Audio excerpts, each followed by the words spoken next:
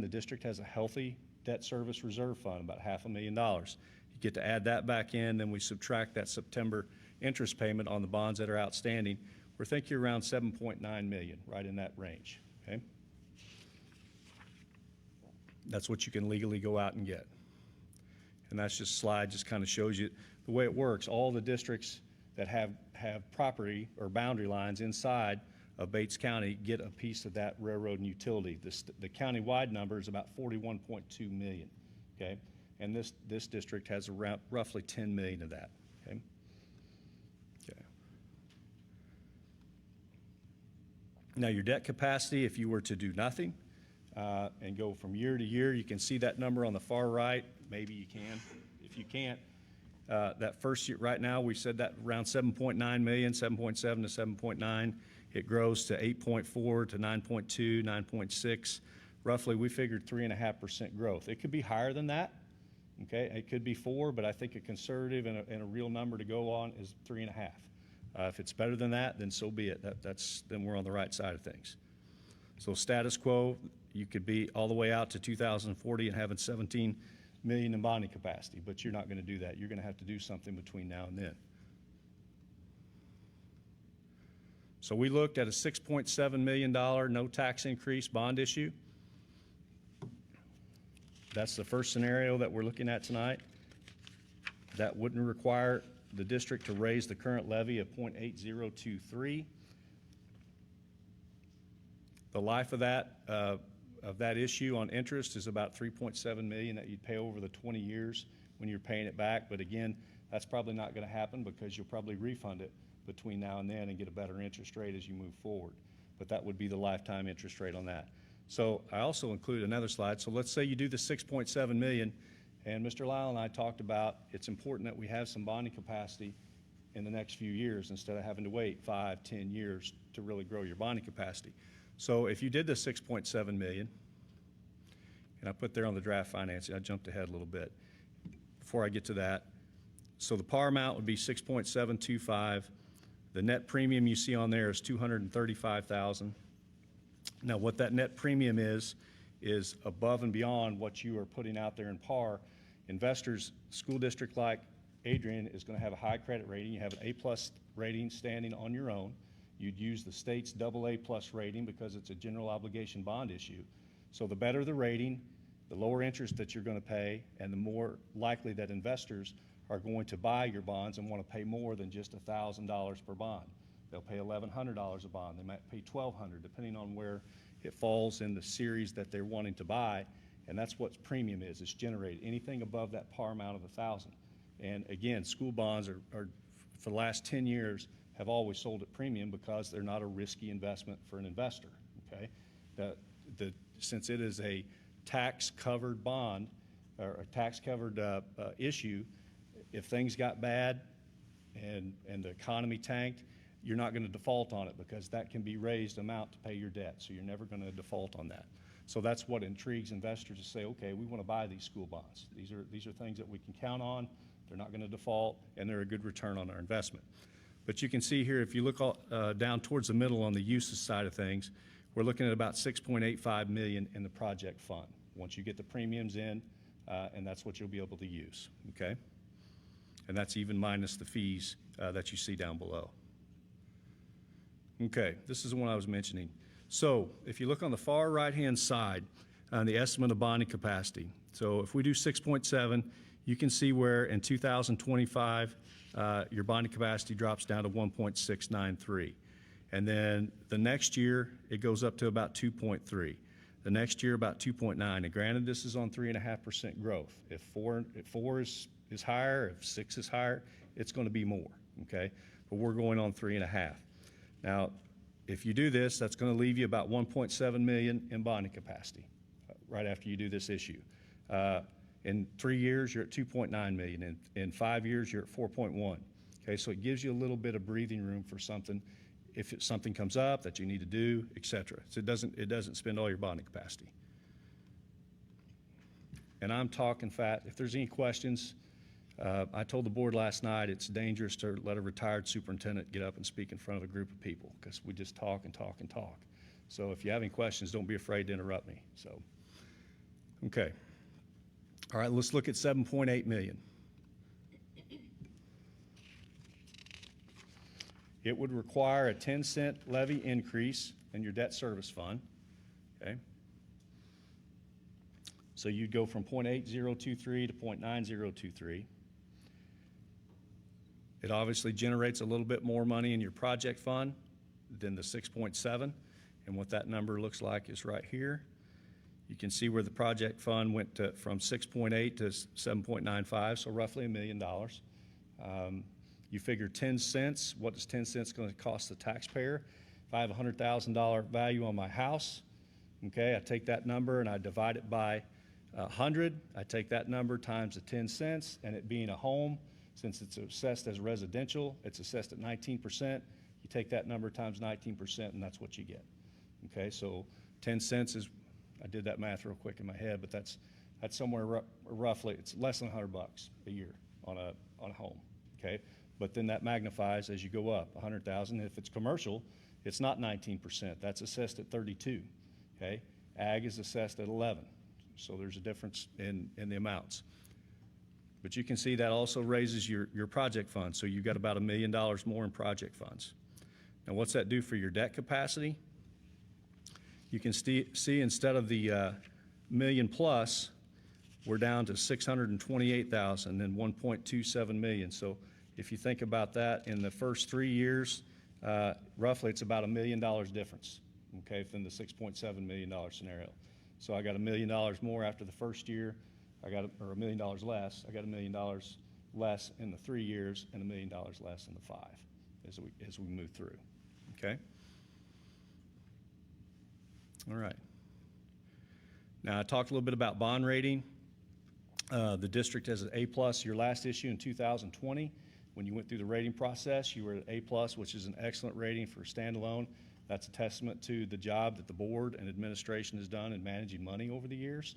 And if you look, I listened to an audit report last night. Clean audit, healthy balances. That's why you're A+ rated, okay? Not every district can say that. But it being a general bond issue, or a general obligation bond issue, it qualifies for the AA+ rating through the Missouri Direct Deposit Program. And that's just a combination. You get to use the state's rating with this program, which is a good deal because investors will look at the A+ rating and then they see the AA+ rating. They're going to pay more for your bonds and you require paying less interest because of that rating.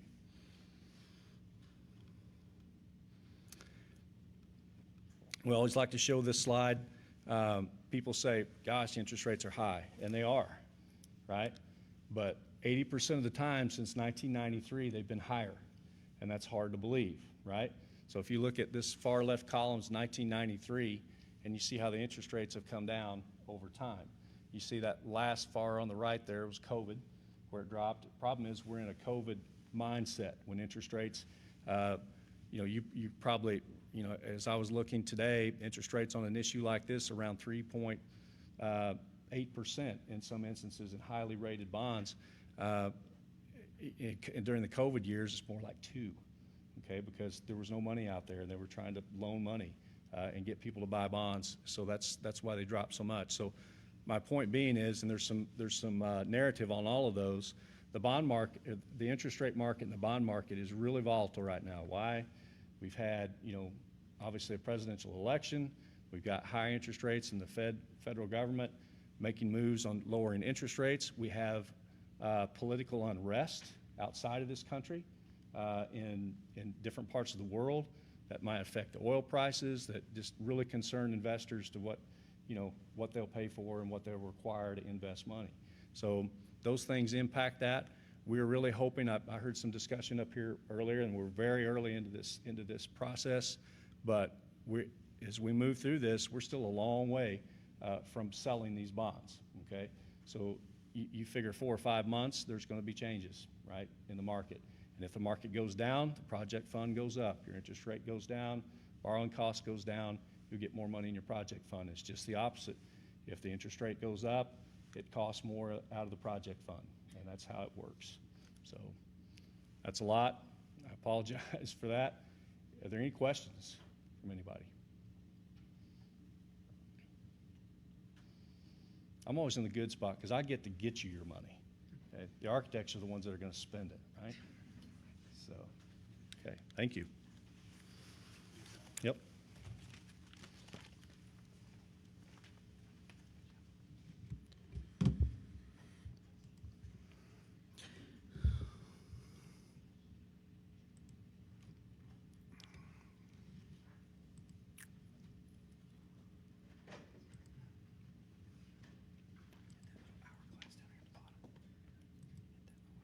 Here we go.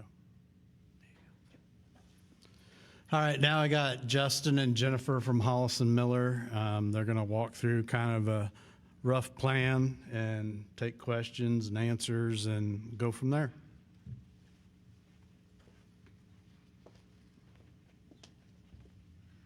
Hi, good evening.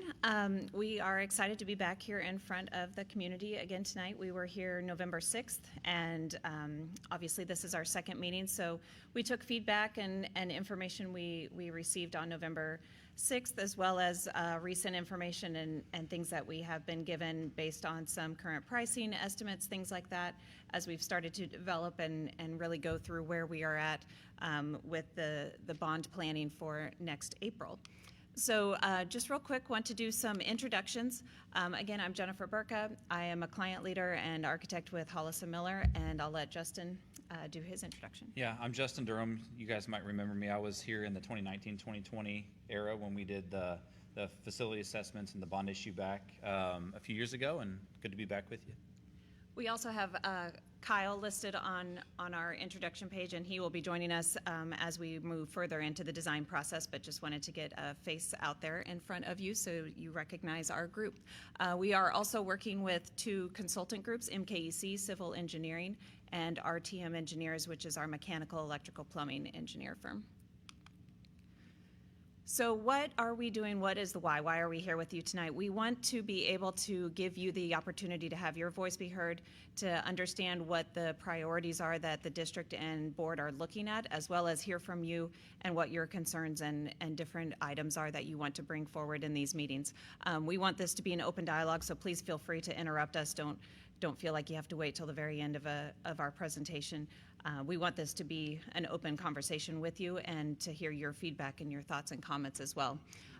We also want to do this to start to give awareness out on what are the projects being considered, and so you're not surprised when you see that bond measure question in April, and you know exactly what it is that we're planning for and what the results of that particular question might be. So like I said, please interrupt us. Please let me know if you have any questions, and we're happy to help and answer those as best as we can.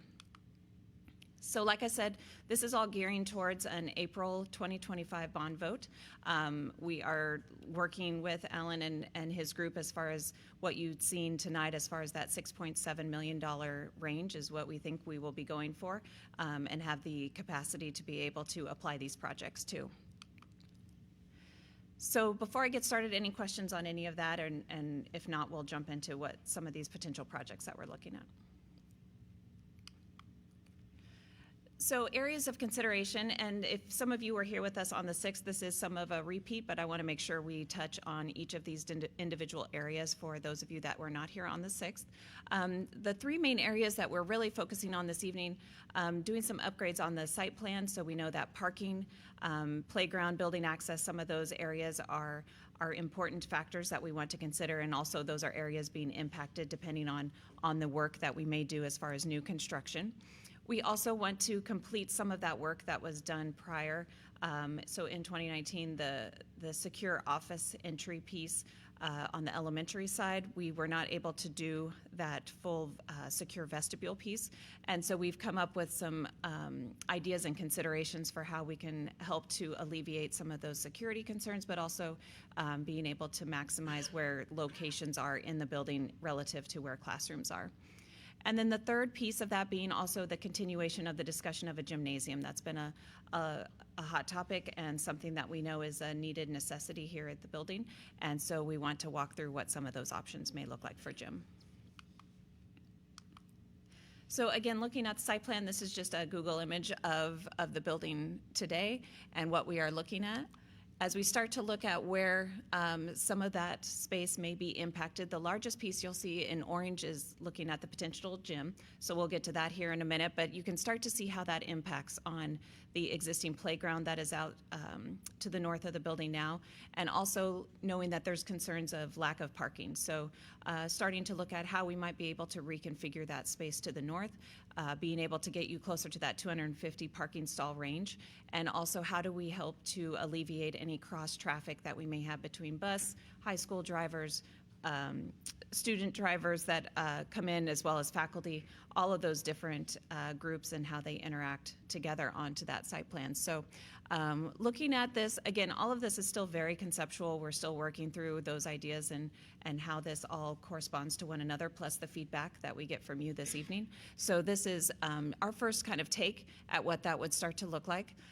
You'll also notice in the blue, we are looking at needing to relocate the playground. So taking that same square footage and space that you have now and being able to find a new spot for that would be part of this consideration.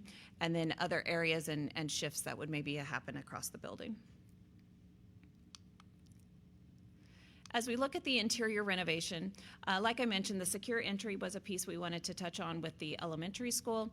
And so impacting that would be the front office and reception, as well as getting a space for the assistant principal and being able to accommodate some conference spaces and things that would really help to facilitate those administrative needs at the elementary site. So taking a look at this, what we have come up with is where the current nurse's suite resides, moving that to become the front entry for your reception principal and assistant principal. This would allow us to have that true secure vestibule, so guests would come and enter into that secure vestibule space. We would have a transaction window, so again, you could do a quick drop of a forgotten backpack or lunch or something like that. But then if you do need to come into the school to meet with the principal or another faculty member, you would then be directed directly into the office and not go from that vestibule just into the body of the school. This just helps to alleviate those security concerns, as well as give that kind of path of secure entry into the building. This still allows access for students to come and go into the office from the school side, and would also give that faculty restroom, a place for the principal, and then across the hall that you can see would be the assistant principal and a conference room space for meetings to occur. So then what we talked about was, well, if we're taking over the nurse's suite, where do they go, and how do we accommodate that? In addition to the nurse's suite, we want to make sure we're also accommodating faculty needs with a workroom and lounge space, and being able to give those amenity needs to our staff. So the thought being the existing front office space for elementary would then change over into that faculty lounge and workroom space. Since it recently went through a renovation, there wouldn't need to be necessarily a lot of work done into that. It's really just moving the equipment in, moving the desks and things out, and being able to accommodate those functions within that existing space. Directly to the north, we do have a classroom that would be relocated, but it would also offer us to then have a new nurse's suite and restroom. This would be within that accessibility. It would offer a bit larger of a square footage, and also gives that nurse's office more centralized location for the entire building, rather than being all the way on the west side of the building. And again, these are just overlays on that existing floor plan itself. There would be more reconfiguration work that happens within those bubbles. It's just to give you an indication of where those places would be. Before we talk about the gym, were there any questions or comments on as far as what the thought process or ideas on that elementary office side? If not, so the gymnasium addition, what we have been looking at is wanting to be able to give a new gym that would accommodate a larger seating capacity. It would also have varsity locker rooms available as part of the new gym. Home and visitor seating with that, giving an officials room so that they have a place that's for changing and keeping personal belongings during those games and activities, and that this gym would house the basketball and volleyball activities, as well as that would be who would support on those new locker rooms themselves. We also wanted to take a look at the possibility of a weight room and how that might impact the overall layout and the athletics end of this particular addition. Being able to try and accommodate 10 to 12 racks, that would be within that new weight room space, some free weight area and storage space. That would then also free up the current weight room space for classroom needs. And then also, as we talked about earlier with that site plan, with this addition, we want to make sure we give a new entry, something that is kind of that athletic entry presence. It would offer a space for spectators and visitors to come into the building. We would also work through how do we have that secure point so that visitors are not into the body of the school, but also just maintaining that area of the athletics events themselves. And so working through how that would start to open up to that new site plan and also that additional parking that was presented. And so what you're going to see tonight, we've got three options. We've been working through how we would be able to accommodate all of these pieces and parts. I'll be honest, as we've started working through those pricing estimates, getting updated information from our vendors and our contractors, and also understanding just how that uncertainty of where the next 60, 90 days is going and how that might impact prices. We want to be conservative of what we are presenting as far as those budgets, but also our goal is we don't want to show something that we can't deliver to you as well. So we've got three options that we want to show here, and they are sequentially a little different, and we'll go through what those impacts look like. So this first option that you're seeing would be a new gymnasium with visitor seating on the south, on the north, and let me step back and say visitor seating and retractable bleachers. That would be on the south, so this is all in that orange box that you're seeing here. On the north side of that, we would have a more permanent stadium seating construction, and below those seats would be the locker rooms themselves. So you can see kind of a cut through of exactly how we would get those locker room spaces attached underneath those under those seats themselves. On the east side here, and this is highlighted in orange because we do believe that this would be something we would list as an alternate within our construction documents. So it would be something that if money allows and bids would come in, we would like to be able to accommodate that weight room space as well as a new concession and restroom space. And let me go through these three options and then allow you guys to give any questions or comments, feedback that you may have. Option two, and again, taking a look at some of the costs and things, we were trying to squeeze some things in a little bit more.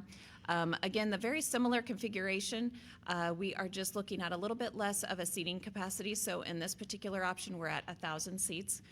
Again, we would have the retractable bleachers on the south for the visitors. On the north end, we would have the fixed seating with the lockers below, and then nothing changed necessarily over on that weight room, concessions, and restroom side.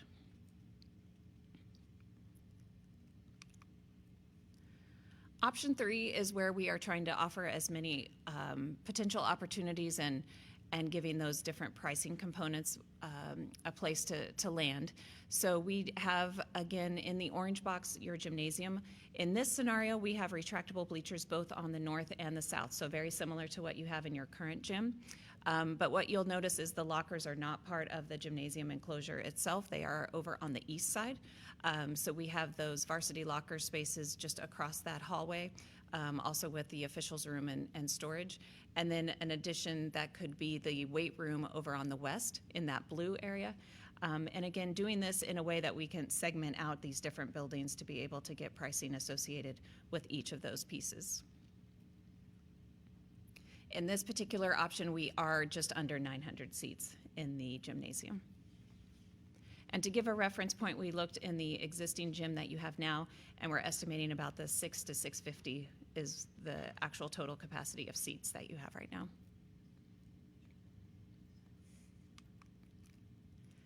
So obviously we want to make sure that we are observing what our bond capacity is and taking a look at how these start to impact those different values. So that first option, like I mentioned, that had the 1,200 seats, it is our largest square foot building block, and in looking at our pricing with that, we are over that $6.7 and a $9.6 million estimate with that. That does include the site work with the new parking, relocation of the playground, all of the athletics, the varsity lockers, and all of those components. The weight room, like I mentioned, was an alternate, so that price does not include the weight rooms right now. Option 2, where we started to squeeze things in just a little bit, you can see we went from almost 15,000 square feet to just over 13,000. We did reduce the seat count in here, so it's at 1,000. Varsity lockers, the athletics entry, the parking, playground, all of that is still included in that second option. Again, that weight room, that is exactly the same as the first option, would be done as an alternate and not reflective of this price. The third option is hitting that 6.7 million. That one, again, we wanted to try and alleviate where all those different components come together. So in this particular one, it is strictly the gym with seating. The lockers and the weight room side would be listed as alternates and not necessarily part of that first build. This does also, though, include the site work and the playground relocation as part of that price that you're seeing on the 6.7. So what do those weight rooms cost? What are we estimating as far as just to give you a mindset of where those would be? Again, because 1 and 2 were very similar, those were the same at that 1.725 number. The third option, it is a higher number because we had 2 separate additions being proposed within that particular option. But if you break that down independently, it's about 1.2 on that weights room and then 1.2, 1.3 for the locker room addition side of these particular of that particular option, with that first initial price just being on the gym and seating side itself. But I am happy to go back to any of these questions, any of these floor plans for your questions, and wanted to hear what your thoughts are. Obviously, after you've heard what our capacity and the budgets that we're working with and how we might want to prioritize, or what you guys are looking at with this too.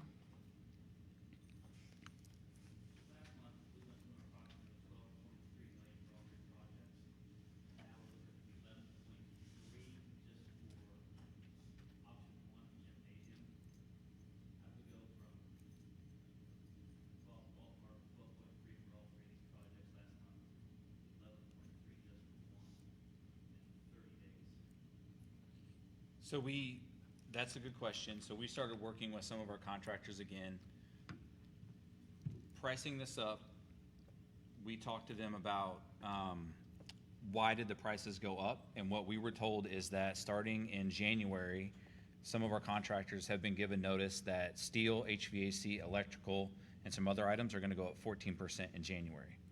So they threw around some of the political issues that are going on, and those things have been brought out. So we were told that there was a price hike in several of the different trades that we would be using for this. And so that's where some of that difference comes from. Okay, but that's 14%, that doesn't explain. We haven't even talked about options, or we haven't talked about the security for the classroom build. You're saying 14%, but that doesn't add up. We haven't even talked about the total cost of all 3 projects. Right, yeah, it's just, as we refined the budgets from 2 weeks ago, we set those budgets a couple months ago. As we talked to people and refined them, those are the most current numbers that we've been given. And there is some volatility out there, and we're hearing wide ranges of numbers from, I'll tell you, $388 a square foot to $450 a square foot is what we're being told. So when you take those differences into account, that's your big swings from the different contractors that we've talked to. So none of those options include anything with the elementary office, correct? The 3 gyms are just the 3 gyms, correct? The elementary office would be an additional cost.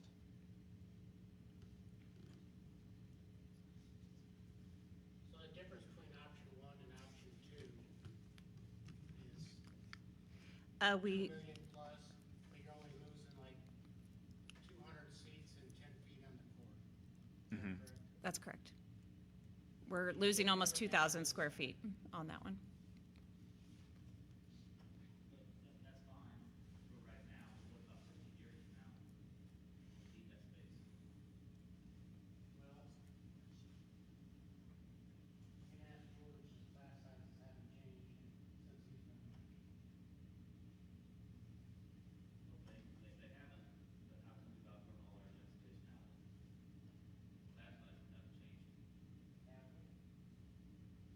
Yeah, outgrown our gym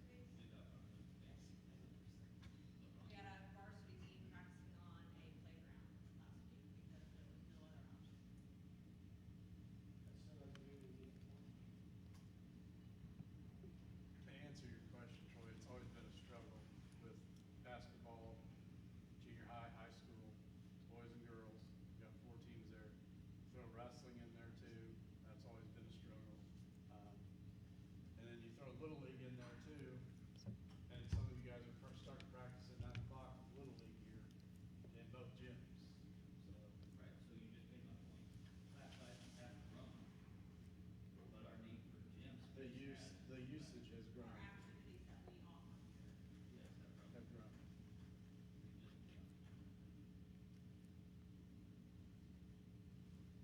So in 15 years,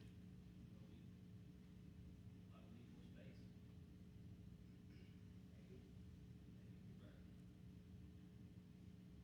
Maybe. Right. But since they built this addition, what, probably bonded in '05, we haven't had the kind of money we have right now to do anything. We gotta take that into consideration. So what do you suggest? What am I suggesting? Yeah. Well, kind of, 6.8 is our budget, that's what we've got to work with. We can't tie our next administration for the next 15 years. Then in 5 or 7 years, we're gonna need options 1 and 2. Or not option, or the security and the classroom space. We're gonna need that. So my opinion is 6.8 is our budget. We need to figure out how we can operate 6.8. All right? My next thing is, and nothing against Justin or Jennifer, okay, but I imagine everybody in here has bought a car or house at one point, has never bought the first one that they looked at. To me, this makes good sense, good business practice to maybe get a second opinion. Nothing against you. No. two. Yeah. You guys are probably top notch, but to me, it just makes good sense to get a second opinion. And I'm not saying I pay them for the work. Don't not just pay them for the work that they've done and get a second opinion. To me, now's not the time to be asking April Bond to raise taxes. We've got enough going on right now. I'm not for raising taxes at all. Alan's mentioned you don't want to go to 10% or 10 cents, because that would shut your capacity, and that gives you no options for a long time. Exactly. So we are at 6.7 on taxes. So is it fair to say that the gym is happening in the office, not in the elementary is? Just so that way we're aware. That's, because that's what it looks like. Yeah, that was my question, is there, I thought this proposal involved classroom space, is that not, It did. and then prices? And the idea behind that was to try to get all high school, middle school down here separated that's from what the I thought. elementary.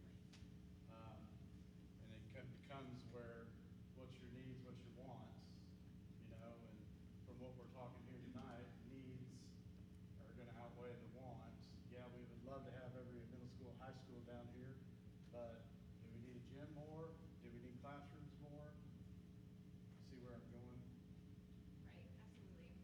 And that's why we're having these meetings, to discuss that and try to figure that out. Was there like a need assessment done? Where did I'm absolutely for a gym for anybody in Andrew comes for me. Totally for a gym, Don knows that, I've been saying it for years. But was there like a need assessment done So, to determine? so when we built this Yeah. high school in 7 and 8, all right, there's stages. This, then the next big thing we were gonna try to do was a gym. Well, last time we ran that, we couldn't do a gym because we didn't have enough money. We could only go out 1.9 million. So we came together, we said, what's our next need? Well, we needed a new aggregate.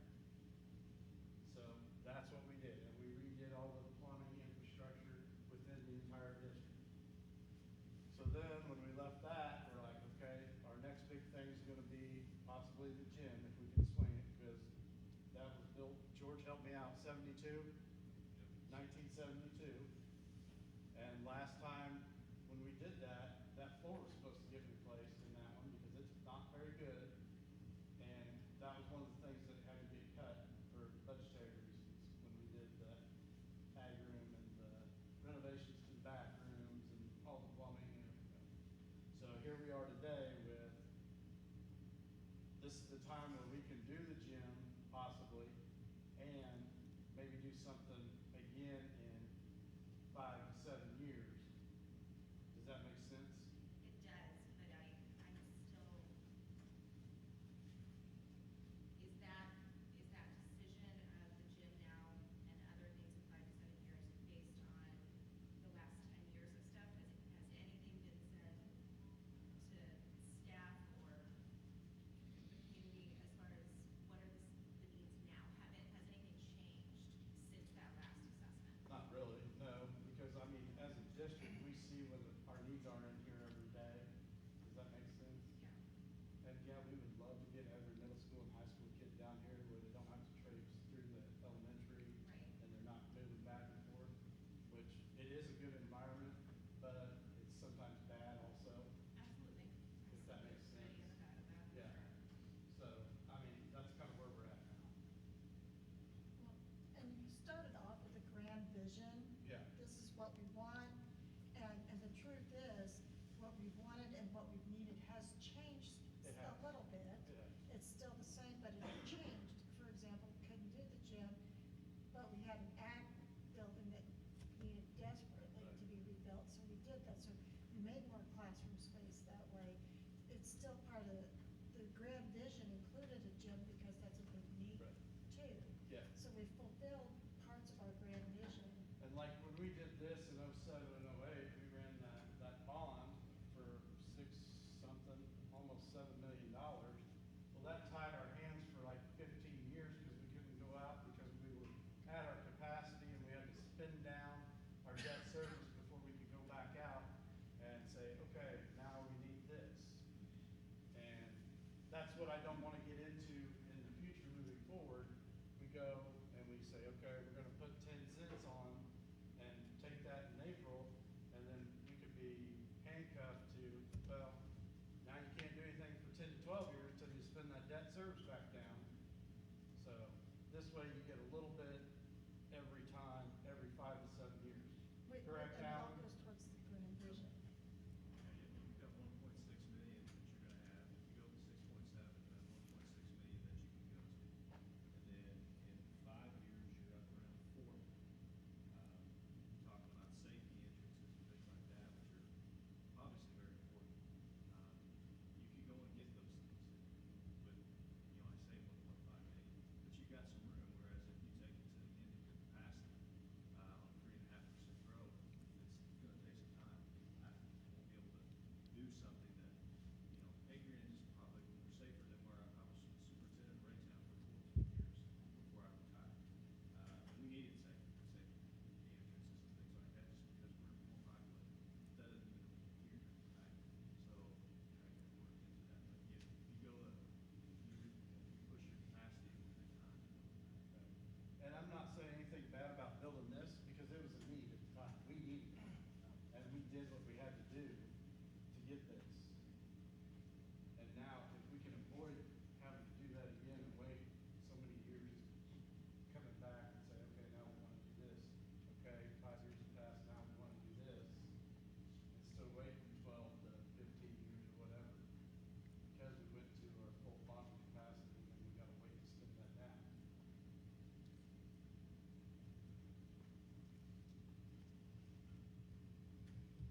Are any of these contractors you guys use local?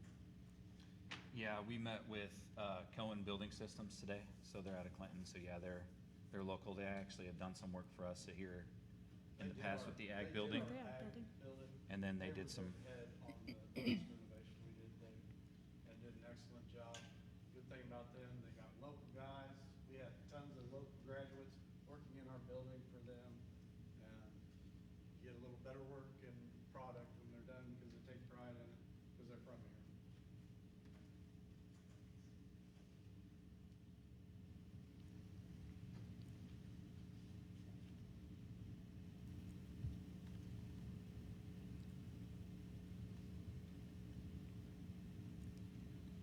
Any other questions? What I'm looking at here, is that the bleachers going over the locker rooms? Is that what I'm looking at there? Yeah, And that's the current locker rooms underneath it? correct. Yes, South, that's yeah. correct. Is there any cost savings if you I don't know what our capacity is now at the gym. Right, so we just did that today, it was 662, but that's me sitting like this. So you're probably, on the wall, it says 499 max capacity, that's probably actually what it is. So is there any cost savings if you make the gym's capacity smaller, do away with the new locker rooms, paint the old locker rooms, then give, Use The the same old locker money to- rooms for the new gym, is yeah, that what you're saying? and then give them to the other stuff that's needed, that, I don't know what the numbers are, what that would save to do that. So you just use these existing locker rooms. And I don't know what the shape of the old locker rooms are And, either. and they were replumbed and all that when we did the last. Yeah, but is there an option to do something like that where you can give money to other places that need it and make the gym smaller? Right. And that would be like your option 3 here, where we just focus on the gym. Okay, yes, okay. Yeah, so this is just kind of gym only, where for a time being, you may have to double up usage of the existing locker rooms to the south. Gotcha. And what was that one? Was that the 6.8? This one Yeah. was at that 6.7, yep. Yeah. Correct. So this option, that pricing still does not include the weight room and It does But not. it doesn't- no. It includes the gym, the new playground, and then the parking lot. And then we have to move a lot of utilities out there and things like that too. There's some overhead power lines, there's some sewer lines out there that we're gonna have to relocate. So all of that is included in this piece here, just for the gym.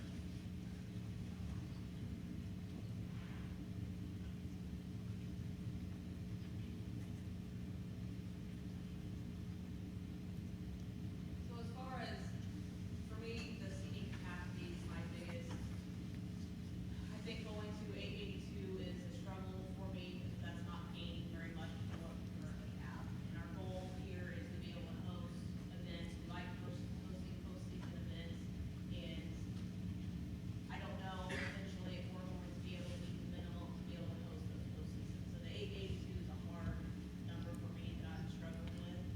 But if we went up to maybe like the 1,000, and you have your parking lot that's paved, if we took half of that parking lot, and it's gravel currently, and kept it that way, would we be able to save money doing that? Yeah, so currently what we have, the expanded parking for the 250 new spots, we have that at about $500,000 for the gravel, the asphalt, all the stuff that would come with that. We also have the playground in at about $400,000. So we can get creative, maybe we can leave the parking lot more or less alone, put that $500,000 back to this option, and then be creative with the playground, maybe try to save some money there, and then put it back more towards the built structure, and then maybe improve those other things over time.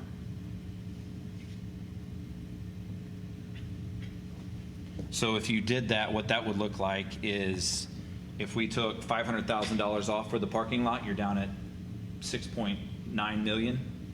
And we could probably get creative and try to save another couple $100,000 by doing something different. And you can probably get option 2 without the parking lot, and still have the larger gym that you can grow into over time. Does that make sense? These prices include like all the bells and whistles. It does. Sound systems, bleachers, it's got your Equipment. scoreboards, it's got everything that you would need, yeah. We do about 50 gym additions a year. What's unique about this one is that most of the gyms that we have to do are ICC 500 or the storm shelters. And because you guys don't have that code yet, we are able to do it at a cheaper price. And so that's where we are seeing some savings for that in these numbers. But yes, it includes all the bells and whistles that we would put in a gym. So how would it work if we would have local organizations maybe donate that equipment? That would just come off the bottom line and go back to the fund, and then we could use that money to do other things. Or would it reduce the total off the top? Yeah, yeah, yeah. So any in-kind work that you guys would do or have donated, if you got 100, We'll make the 1,200 back. right. So in this scenario, let's say we don't spend the $500,000 on the parking lot. You're down to $6.9 million. if we had $100,000 of in-kind work or donated materials or whatever that you guys had, you're right at the $6.8 million without sacrificing anything for the gym addition. That would get us the locker room. That would get you, Yes. that would be like the option 2, which is the orange box and then everything to the north. So the locker rooms, the restrooms, the coaches suite, the storage spaces, and the gymnasium. Another, my personal is the weight room for just because we do have wrestling at the room that they need at home. While Dylan loves carrying the wrestling mats from our old gym to down here in the commons, it would be nice to be able to get the weight rooms that they can be shifted out there to have. I don't know, like shifting the gym over to this location where we have session access and bathroom access for both gyms would save cost as well, type of scenario. Maybe it's more about the square footage and the built structure that you're doing. That's kind of the cost driver of it. So it all comes down to square footage and cost per square foot is kind of what we talked to some contractors today, including Cohen, and that's what they told us. It's all square foot driven at this point. So is there something we could do with option 2 or option 1 to get the shell built and not finish something to save money up front? Yeah, so like we did talk previously, like maybe we could do option 1 or 2, but we don't build out any of the locker rooms. It's just an empty space for now, and then we come back and fill that in later. Like that would be an option. What are we looking at there, price-wise savings? Not much. I mean, you're probably, let's just say we're going off of a 400 square foot number, you'd probably save $200 a square foot on that 4,000 or 5,000 square feet. So it's not a big number because you're still paying for site work, footings, foundations, Profit. the metal building itself, you know, the HVAC system that will eventually heat and cool that space when it's occupied, those kind of things. So it's not necessarily like a one-to-one trade-off. But one of the questions that we did ask Cohen today is what's the most efficient way for us to do this? And basically, if we can get everything into one structure, that's the most efficient way to do it, right? So if we build kind of a metal building structure with some block walls up to 8, 10 feet, 6, 8, 10 feet, putting it all in that one structure is going to be the cheapest way to do it. So. I'm gonna be honest with you, since you're talking to Cohen, Mhm. that just, they're top notch around here. Yeah. So, I'm glad you're talking with them.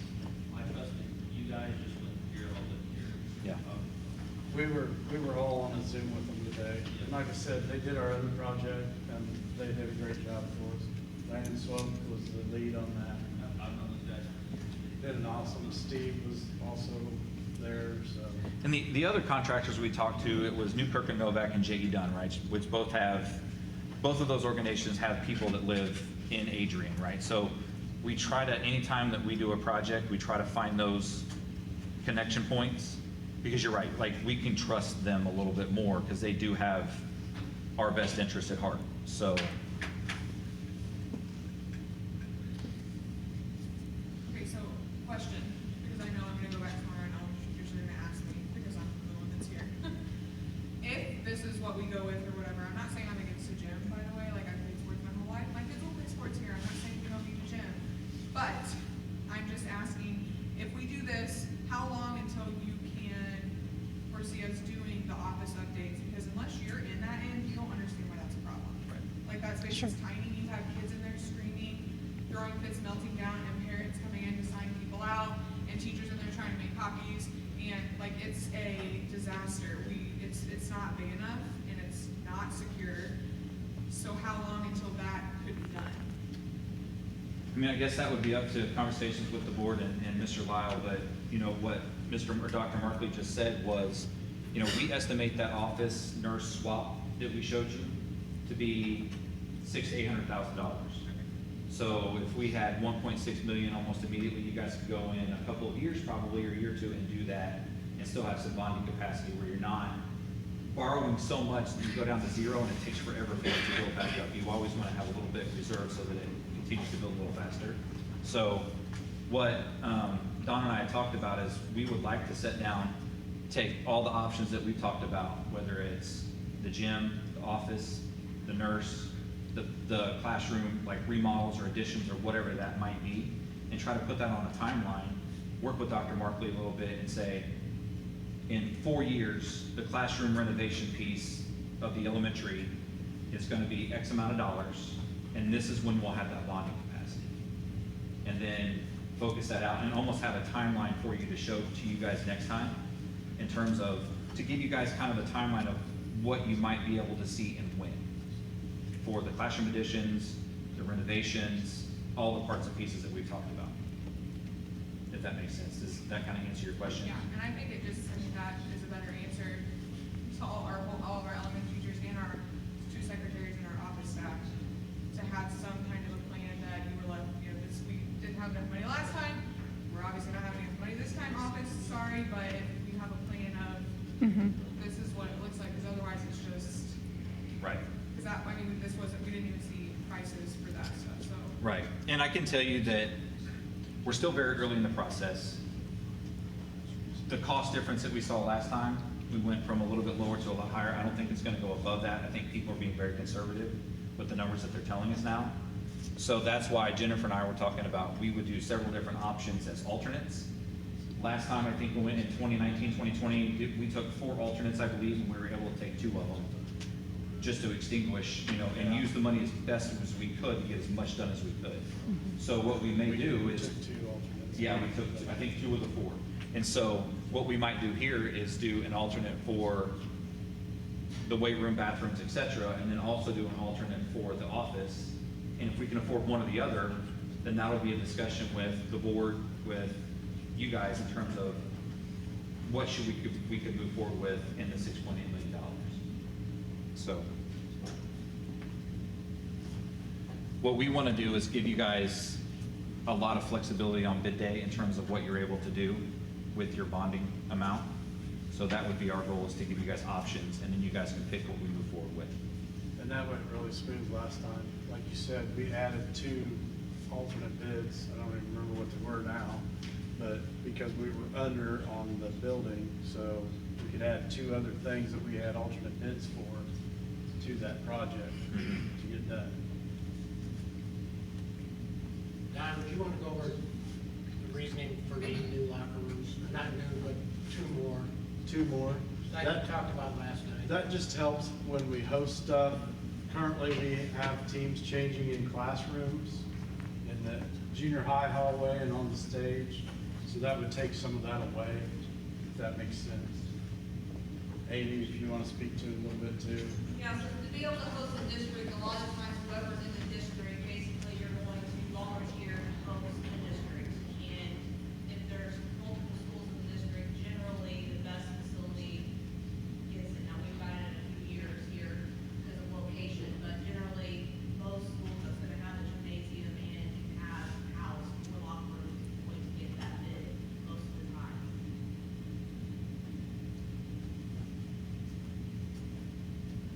Is that what you want? Yeah, we're out of storage a little bit too with what we have to offer here with our current office. What's this built out, what's it gonna be built out of? What's the exterior, is it gonna be brick, could be metal? So what we had talked about with the 3 contractors is metal building structure. So you're gonna have the bent red iron structure. We're gonna have a standing seam metal roof with a low pitch slope, a 26-foot eave, because that's what we have to have from floor to structure clear for a high school gym. And then what we had talked about was going up 6, 8, 10 feet with maybe block or brick on the outside to give it a look, some durability for mowers, you know, kids throwing balls at the building, things like that. And then maybe a metal panel above to finish out that last, 16 feet. Is kind of what we have been talking about. We're trying to keep it durable because we need it to last 50 to 70 years, right? But we're also trying to figure out some efficiencies in terms of what we can provide you to get you the most square footage. And the good thing about some of those things is they can be upgraded over time or changed out over time at a relatively lower cost, like metal panels on the outside of the building. So that gives you some options in the future as things age or you want to change them out, different look. It gives us that ability to do that.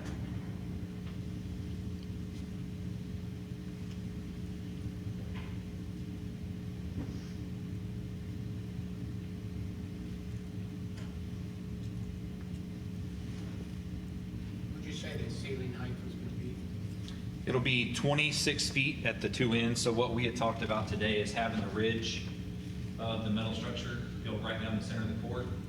And so you would slope to the east, you would slope to the west, and at the east and west, it would be 26 foot clear from the floor to the building structure. Because that's what we have to have for competition gymnasium, so that you guys can host. Yeah, Do you know what ours is in here now? I don't. Not sure.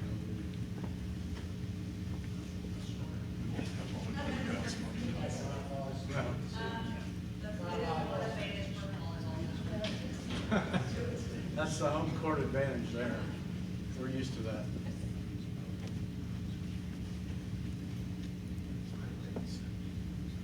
So the alternate, would that be a separate structure where the weight room is at? It would be, yeah, yeah. What about the athletic entrance? That is part of the base bid. So obviously, we have to have a way into the new gymnasium. So I guess I didn't describe that well, but the entry piece would be part of that number that you're seeing today. And what we think that would look like is some of the windows and storefront that you already have on the building. A nice, like, open, inviting space that when the lights are on at night, you know that's the entry to come to with some signage and things like that. Yeah. So Dave, that weight room in that picture would go right on where the band room is, going from the band. Well, he was saying it would cut costs if everything was under one structure, so it's just, I didn't know if that was a separate structure. And what we talked about today is what we're currently showing is about 115 feet wide, about 110 feet tall, I guess you could say, east to west, north to south. And talking with the building manufacturers, that's about a sweet spot of where we want to be with, you know, the structure. Because you get a little bit bigger, the steel prices start to go up, you get a little bit smaller, and it's not really as efficient. Like, you can do more with the steel there, so we tried to max out the size. And that's more of what you're seeing here in option 2, is kind of like the most efficient way to do a metal building.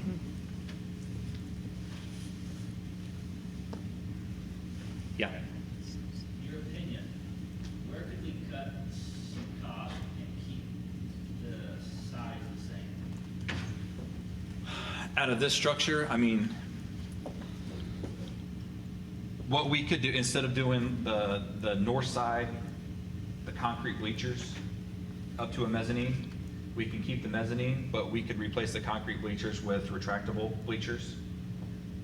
That would cost a little bit more for the concrete. So if we didn't do kind of the structural bleachers, but we did the ones that move in and out, kind of like you have in your existing gym, that would be a cheaper price, so that could save some money. Really, I mean, if it's gonna be a competition gym, we have to have a nice wood floor. You gotta have good goals, you gotta have a good sound system. And if Really, we there's- can't minimize seats, then Yeah, we want to keep the 1,000 seats minimum, like Amy was saying, like that's kind of the sweet spot for her, and you guys being able to be a host so you can have more games here. Really, it's pretty bare bones. As you can see, it's a gym and some locker rooms, so there's not a lot to cut. I mean, we even talked, you know, at the board meeting last night, storage rooms are going to be a polished concrete floor or just a concrete floor with lights in it. So no frills. I mean, we're trying to be pretty budget conscious on a lot of the stuff that we're having priced into the budgets that we currently have. So there's some small moves we could make, but probably not a lot. A lot of the costs that we're seeing with some of the site, which is in that $400 a square foot number, we've got some utilities that we have to relocate. There's electrical lines that we need to do. We're trying to accommodate for some storm structure that needs to be rerouted a little bit further to the north as it goes, you know, from west to east across the site. So we've got a lot of utility work that's not cheap, and that's part of what's kind of in this number now too.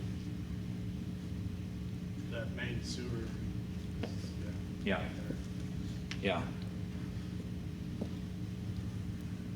So where other places we could save money, like I said, you know, maybe we don't do all the parking area. We can take some of that money. try to rework playground. Yeah, we could rework the playground a little bit, and maybe we don't buy quite as much equipment, because we have $300,000 or $400,000 in there right now for the new playground. That would be play structures, maybe a little bit of turf underneath the play structures, a fence around that site, you know, a small grass spot for the kids to play. I mean, you go out there now, there's no grass left. They just eat it up, right? They just love playing out there. So we're trying to be as efficient as we can. There's probably some small moves that we can make, but you know, you're gonna be 30,000 here, 50,000 there. They're not huge numbers. But you add enough of those together and they will make a difference.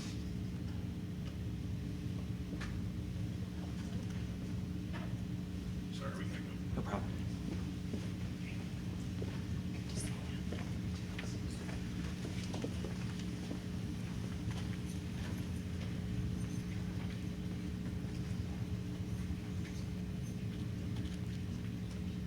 Any other thoughts, ideas, requests?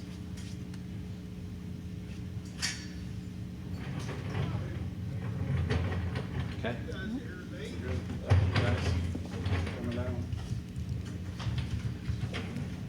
So we've got our fourth meeting scheduled on December 11th right now, and I know we'll make sure that still works good with other winter schedules that are occurring. But to Justin's point, we would like to come back on that 11th with a little bit more of a forecast of master planning all of the projects and how we might be able to slot those in to those bond capacities with the available funds that you might be able to have, and then how does that outline not only just in the next, 1 to 3 years, but 5, 10, 15 years out with that as well.